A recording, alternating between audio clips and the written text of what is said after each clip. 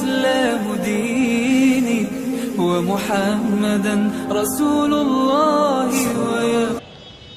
کہ قیامت تک ایسے عاشق رسول اب دنیا میں پیدا نہیں ہوں گے، آتے رہیں گے لیکن ایسے نہیں ہوں گے۔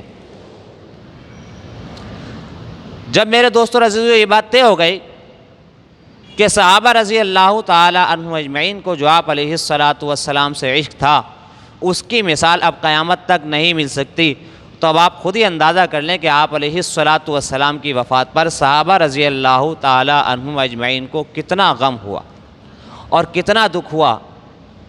مزید تفصیل سے بیان کرتے ہیں تو اور اندازہ ہو جائے گا۔ ایک صحابی رضی اللہ تعالیٰ عنہ کے بارے میں آتا ہے کہ جب آپ علیہ السلام کی وفات کی خبر سنی تو اللہ رب العزت سے یہ دعا کی، پہلے یہ ذہن بنایا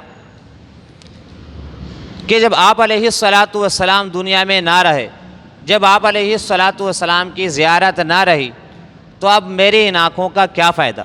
حالانکہ یہ دیکھنے کے لیے اور بھی چیزیں ہیں، لیکن ان سب کو کالعدم کر دیا، مغلوب کر دیا اور بیکار کر دیا کہ بس جو دنیا میں دیکھنے کی چیز تھی، جو دنیا میں زیارت تھی، وہ آپ علیہ السلام کی تھی، اور یہ آنکھیں خوش نصیب تھیں کہ آپ علیہ السلام کی زیارت کیا کرتی تھی۔ اب وہ زیارت ہی نہ رہی، جب وہ زیارت ہی نہ رہی اور آپ علیہ السلام نہ رہے تو اب ان آنکھوں کا کوئی فائدہ نہیں ہے، ہمیں ان آنکھوں کی کوئی ضرورت نہیں ہے۔ یہ ذہن بنایا، یہ ذہن بنانے کے بعد اللہ رب العزت سے دعا کی کہ اللہ جن آنکھوں سے میں اللہ کے نبی کا دیدار کیا کرتا تھا اب وہ دیدار نہ رہا، لہذا مجھے ان آنکھوں کی اب ضرورت نہیں ہے، یا اللہ تو میری آنکھوں کو لے لے۔ اللہ رب العزت نے دعا قبول کی اور ان صحابی کی اسی وقت اللہ رب العزت نے آنکھوں کی بینائی لے لی، اٹھا لی۔ یہ باتیں نہیں ہیں میرے دوستو عزیزو، یہ حقیقت ہے کہ قلبی کیفیت یہ تھی، غم کا یہ عالم تھا، غم کا یہ حال تھا کہ اللہ رب العزت سے یہ دعا کرنے پر مجبور ہو گئے کہ یا اللہ میری آنکھوں کی بینائی کو اب تو واپس لے لے۔ انسان کتنے ہی غم میں کیوں نہ ہو اور کتنے ہی الم میں ہو، لیکن اپنی آنکھوں کی بینائی کی رخصتی کی تمنا نہیں کرتا۔ اسے بینائی چاہیے، جب تک اسے زندگی گزارنی ہے اسے آنکھوں کی بینائی چاہیے۔ لیکن صحابہ رضی اللہ تعالیٰ عنہم اجمعین کی محبت کا یہ عالم، اور اس سے اندازہ لگایا جا سکتا ہے کہ صحابہ رضی اللہ تعالیٰ عنہم اجمعین کو آپ علیہ السلام سے کتنی محبت تھی کہ اپنی آنکھوں کی بینائی کرنے کے لیے تیار ہوئے اور اپنی آنکھوں کی بینائی کی قربانی دینے کے لیے تیار، اللہ سے دعا کی، اللہ نے اسی وقت دعا کو قبول کیا اور آنکھوں کی بینائی اللہ نے اسی وقت لے لی۔ جب آخرت میں ان سے پوچھا جائے گا، یہ سوال ہوگا کہ آخرت میں جب یہ پوچھا جائے گا کہ آپ کی آنکھوں کی جو بینائی ہے وہ تو ہم نے تمہیں دی تھی، لہذا تمہاری یہ آنکھوں کی بینائی کہاں صرف ہوئی، کہاں خرچ ہوئی، کہاں استعمال ہوئی، کس نے لے لی؟ جب یہ صحابی جواب دیں گے اللہ کو تو معلوم ہے کہ میری آنکھوں کی بینائی یا اللہ اس وجہ سے رخصت ہوئی کہ میں نے تجھ سے دعا کی تھی۔ اور کیوں دعا کی تھی؟ دعا کی وجہ یہ تھی کہ میرے نبی جب دنیا میں نہ رہے، ان کا دیدار نہ رہا تو مجھے اب ان آنکھوں کی ضرورت نہیں۔ کیا مقام ہوگا، کیا شان ہوگی کہ جب ان سے آخرت میں سوال ہوگا۔ یہ تو ایک صحابی کا واقعہ ہے۔ حضرت بلال رضی اللہ تعالیٰ عنہ کے بارے میں آتا ہے کہ جب آپ علیہ السلام کا انتقال ہو گیا، رخصت ہو گئے، تو آپ کو جدائی برداشت نہ ہوئی، آپ علیہ السلام کا فراق برداشت نہ ہوا،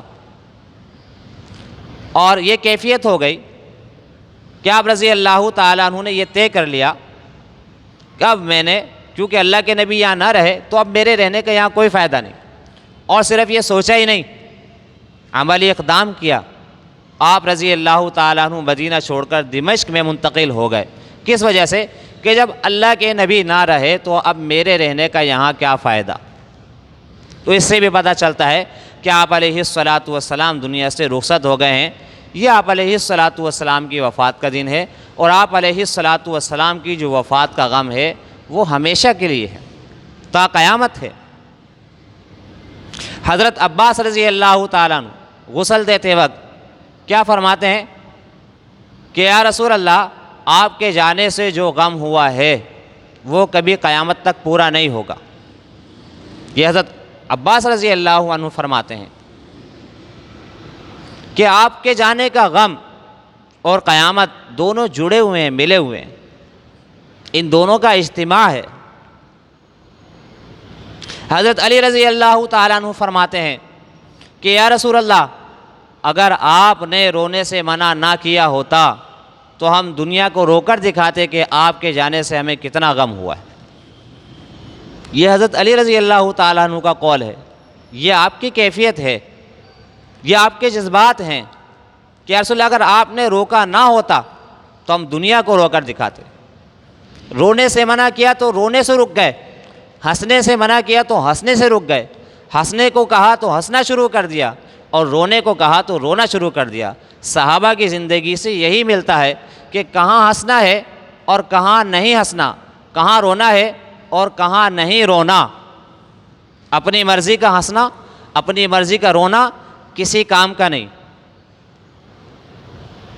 پھر عائشہ رضی اللہ تعالیٰ عنہ کیا فرماتی ہیں اس غم کے موقع پر، آپ علیہ الصلاۃ والسلام کی وفات کے موقع پر، صبت علیہ مصائب لو انہا صبت علی الایام صرن لیالیہ، کہ یا رسول اللہ، آپ کے جانے سے جو غم اور تکلیف مجھے ملی ہے، اگر یہ غم اور تکلیف دن کو دے دی جائے تو دن رات میں تبدیل ہو جائیں، رات کو دے دی جائے تو رات دن میں تبدیل ہو جائے۔